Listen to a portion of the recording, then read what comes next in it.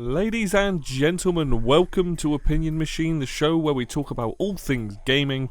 My name is Killjoy, and today we're going to talk about Super Mario Party Jamboree. Now, this video is specifically going to be about my experience playing the little bit of single player that there is in this game, as well as the playing 4-player boards, local play. I haven't touched the online. I probably won't. I've never been a massive fan. I'm not that bothered by online gameplay, but I wanted to make this video talk about the boards I've played on, and talk about the mini games, and kind of just talk about the experience I've had playing this game. Now, Mario Party, if you don't know, is basically a board game which has, Mario-ness all over it. It's all about collecting stars, collecting coins, screwing other people over, and essentially doing mini games and having these mini games at the end of all the rounds and other little mini games on the board to essentially just win the game. I will say that I have bought every Mario Party for Switch. I've played a lot of Super Mario Party. I played Mario Party like Superstars once, which is crazy because that game seemed really good. And this one I've actually put a good chunk of hours in with playing it pretty much like all day with a bunch of people, and then playing through the single player. Let's start with the boards, and then we'll get onto the mini games in a bit. Now, there are more than the 4 boards I'm going to talk about, but the 4 boards that I have played proper games on are Mega Wiggler, Tree Party, Goomba Lagoon, Roll'em Raceway, Rainbow Galleria. They are the 4 boards you have unlocked from the get-go, and I have played on all of them. A couple of them twice, most of them like a good long game on them. There are 3 other boards you unlock: King Bowser's Keep, Western Land, Mario's Rainbow Castle. Not going to talk about those. I haven't played them apart from a little bit on Bowser's Keep in the single player, which we'll come to in a bit. So let's talk about the boards first. I actually think all 4 of the starting boards are pretty good.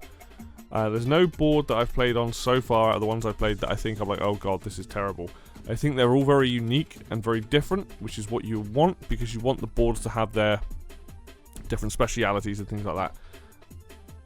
I think in order of difficulty, Mega Wiggler Tree Party I think is meant to be the easiest board in the game. It's kind of just a big circle, and the gimmick here is that you can set Wiggler off and Wiggler moves, and then that changes some of your pathways around the board, which is kind of cool. I think out of all the boards, this isn't saying it's bad, it's just this is the weakest board. This is the board where I'm like, yeah, I could dig this out for beginners and new people like that, but this isn't the board where I would want to spend most of my time. I like the aesthetic, I like the idea of having Wiggler move around, that ability, because there are some crazy things you can do with some of the items and stuff, and that allows you to bypass sometimes. You're like, oh, I don't want to walk down this path, somebody's laid down a coin trap or a star trap. Oh, I'll walk across Wiggler's back, and then you can play mind games of like how to move Wiggler and things like that. That side of it is really cool, so I enjoy it for that, but it is a bit more on a simple side. The board isn't very big. There's a couple of branching pathways, but other than that, it's pretty much straightforward, which is, again, good. If you want a short game of Mario Party with higher star counts and things like that, this is the board to play on. Goomba Lagoon, I think this is the trickiest board to play on, in the sense that it has a rising and lowering tide mechanic, and that can really mess you up depending on where you're stood. But I kind of like that. I kind of like the sort of craziness it brings, because what it means is that you have to think about items that move you around as well.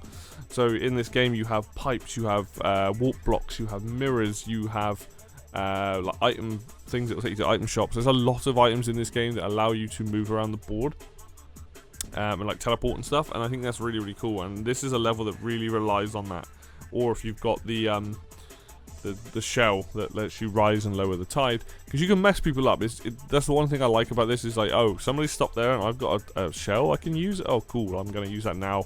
Cause them to like not be able to get to the star, because you can trap people on islands where they can only go round and round and round, and it's very funny. It's very funny to see, and like, I think this board is actually quite cleverly designed. You have a whole part with a volcano that can give you Goombas that give you money, or you get lava balls that come out and reduce your coins. You've got like an old pirate ship on one side, and I just like the fact that there's a lot to think about with this board. So you're not just going to beeline it to the star and all good. No, there's actually things you have to think about and be aware of, and I like that. I think it adds to creativity. I don't think everyone's going to like this board. I think that people might find it annoying with the tide mechanic. but I actually just like the concept of it. I think it's a fun one. I think there's a lot going on this board. Not only do you have to worry about that, you've got the volcano, you've got what's going on with the ghost ship or the boat over on the other side. Really coolly designed, lovely theming as well, like holiday theme. The Goombas in the rubber rings and the little bandanas on, proper cool. Then we've got Roll'em Raceway, which I think is like a really cool concept of like, hey, drive around this track, get loads of turbo dice that like you can move stupidly fast around the board.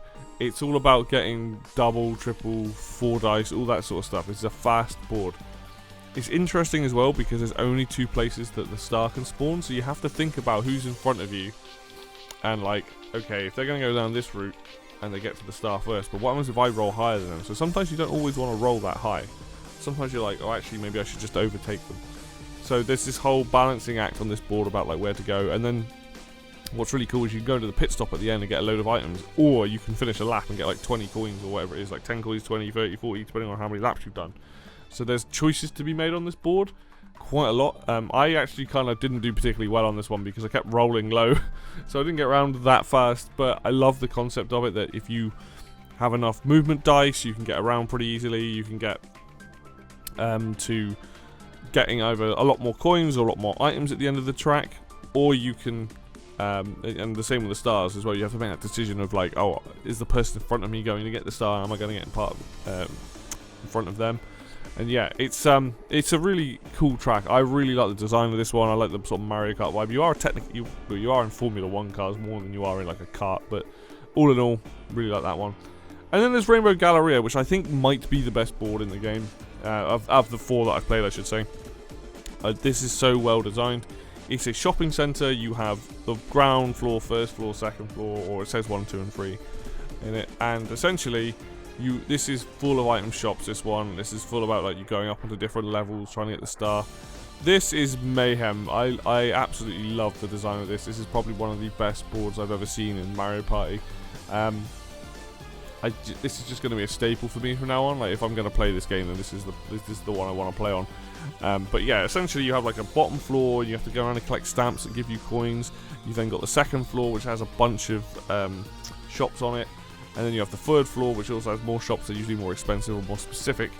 And you basically have to decide where you're going, because when you get to the second floor, you get one chance to get off, to go back down to the first floor. And then otherwise you go back up, you go up the top. And then there is a lift that can take you down to the first floor. So it's very well designed. And then there's like shops that sell specifically gold items, the expensive ones like gold pipes that will take you to the space before the star. Jewel gloves, things that are like usually really expensive that are specifically targeted, which is awesome. You've got like last place shop, which only the last place person can buy from. You've got the 1 coin shop. There's so many things, so many items on this one. You've got a 200% markup price you can stick on somebody so they can't buy things, or at least it's 200% more expensive. I just think this level is so well designed. It's got such a nice theme to it. And again, like using items that allow you to move around is super important on this one. So like just all of the boards I genuinely had a good time on, this one being my favourite. I do want to play the other boards, and I will do at some point. I just haven't got around to it because you got to think Mario Party is they're long games. So those 4 boards I think are really good. I think the boards in this game are very strong, and I think that makes a really compelling argument to play this game and get this game if you like Mario Party. The other 3 boards, I know that 2 of them are classic boards, and apparently Western Land is quite well loved. I don't know about Mario's Rainbow Castle. And then King Bowser's Keep I've played in a single player. So let's quickly talk about the single player sort of portion of this. It's a mode that lets you go around the board. It's like the party planner mode. You go around the board, but you go around the board freely in any direction. You do little mini quests for people, and essentially it's a tutorial teaching you how the boards work. Now, and then you get a boss fight at the end, which is kind of cool. It's a cool mode, and I think it's actually really good. I'm glad it's there for people to learn how to play. It teaches you like different types of mini games and all that sort of stuff. Some of the dual mini games, and then this is where I played a bit of King Bowser's Keep. Now this seems like quite an interesting level because this one's based on you picking a path going down a pipe and then returning to the beginning and going like so. Rather than going around the board, you kind of go in a direction and you reset. I can't really say more than that, other than I like the theming of it, and it seems like there's a lot of stuff going on. But yeah, it seems interesting enough. I don't know if it's a board I'd play on a lot. It seems quite tough, but I think that's intentional. That's usually the way with the Bowser boards. But single player it's there, it's fun. I had a good time with it, and it's a good way to learn the game. And that's about all I can say about that, because it's not like playing traditional Mario Party. It's just, hey, here's the board, walk around it, get familiar with it, do some mini games while you do it, teach you the mini games and all that. And then there's the mini games themselves, which is obviously one of the biggest parts of any Mario Party. Now, for the most part, I think I like most of the mini games. Now, disclaimer: I have not played any of the motion control mini games. Every time I've played this, I've played with a controller. I've played with people that are using controllers. We've not used Joy-Cons, which I think you need. You might be able to use motion controls with other controllers, but yes, I haven't tried them out. So I can't speak to the quality of those. But the other mini games that just revolve button pushes and all that, I've had a good time with them. There's a couple of them that are all a bit like naff. There's one called like Spooky. It's like Spooky, something spooky, and basically it's random. You have to basically pick a key and pick a door. And now this is an okay mini game when you've got 4 people. It's kind of fun, but it's because it's so random and so luck based. You can basically lose and not have a turn, and I think because of that, it kind of is a bit like not so great.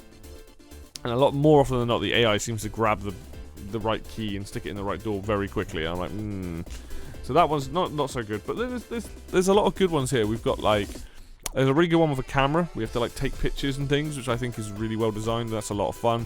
There's a classic one, which is the stamp one, where you have to jump around on stamps and paint the floor, paint over each other's designs. There's a lot of the 3v1 mini games are a lot of fun. There's like a crane game. There's one where you're flying a bonsai bill. There's one where you're in one of the bruisers. There's one where somebody's swimming, you have to drop a cage on them. I really like the 3v1 mini games in this, actually. I think those are a lot of fun. The 2v2 ones are quite fun as well. There's like a swinging one where you have to like take it in turns to like grip hold of like the wall. There's one where you are driving like a minecart thing, and someone's got the up and down. Someone's got horizontal and someone's got vertical control, and you have to work together. Like, those are also pretty good. I find they're a good laugh. The dual mini games as well. There's one we have to slap each other. There's a marble run style one. Like, they're pretty good. And most of the normal ones that have come across, that the all ones, pretty decent. You know, the mini games usually are fairly simple, which is what you want, because you don't want to have to be too you don't want it to be too convoluted, which is kind of where the Jamboree characters come in, which I'll get to in a sec. But most of the mini games are pretty simple. They're fun. I like the fact that most of them are very intuitive, and I like the way the game's set up. Like, I will say, some of them, it feels like a couple, if there was a few more mini games involved, would be good. Obviously, not using the motion controls, you're going to get stuff pop up more often than not. But I can't complain too much. I kind of like most of the mini games. I like the domino style one, with like smash the button really hard, because I'm quite a good button masher. So I'm like, oh, instant win for me. So, but yeah, I like most of the mini games. There isn't too many. The playing chicken with the sleds is a lot of fun. Trying to figure out like when to let go of the button to like stop the sled and things. Like, I really like that one. So I would say it's a good selection of mini games. There's maybe a couple in there that aren't so good. That spooky one, whatever it's called, is probably one of my least favourites. There is a really random one. I'm blanking on what it was. I think it's a 3v1 one, and it's a bit random for my liking. But other than that, pretty great mini games across the board. I honestly can't remember many others. Like, the one game I would love to see come back is Slapperazzi from Super Mario Party. I think that is one of my favourite mini games of all time. But all in all, a good selection of mini games. Which then brings me on to the Jamboree buddies. So you got your buddies, they land on the level, on the board, sorry. You go to them and you have to play a mini game. Whoever lands on them gets a bit of a bonus. Now, these mini games are really different and really interesting, but they are significantly longer. And I'm absolutely fine with that. The only problem is near the end of the game, when you're like the last few turns, somebody lands on it, it does make that ending feel a lot longer. The Luigi one is one of the longest ones. We have to do a bunch of puzzles to help Luigi escape. Like, he's locked up, you have to open escape. It's a really cool idea. I think I could have done with maybe a couple rooms shorter on it. It's the same with like when you land on Waluigi, you get to play pinball, but it's like pinball for 3 minutes straight, which I'm totally fine with. I like the concept of it, but it is very long-winded.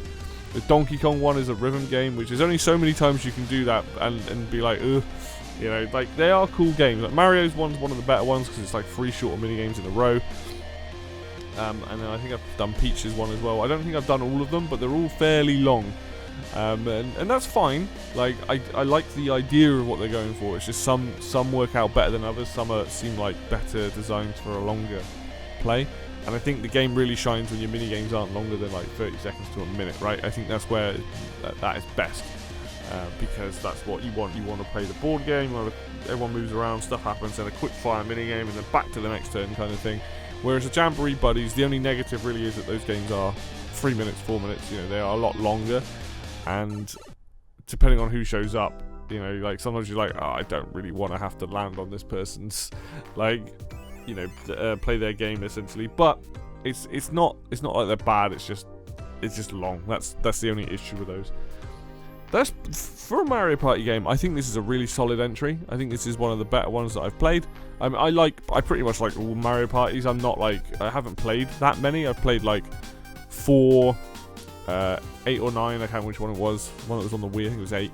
I played a bit of 5 as well, I think, and then basically all the Switch ones. And I kind of just enjoy them all for what they are.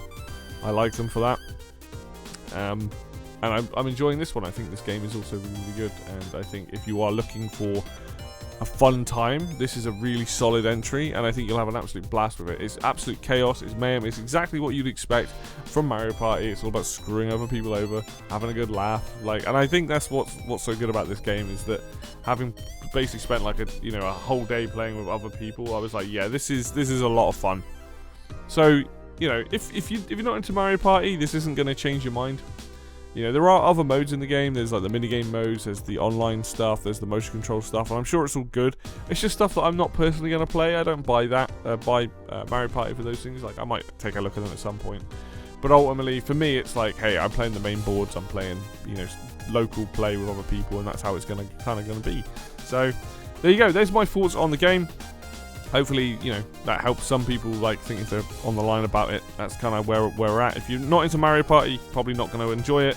If you are, this is probably one of the better ones, I would say. Anyway, that's going to do it for me today then, guys. Thank you so much for watching, as always. If you liked the video, hit like. If you want to see more content, hit subscribe. Links for Facebook and Twitter will be down below in the description, as always. And until next video, I will see you then.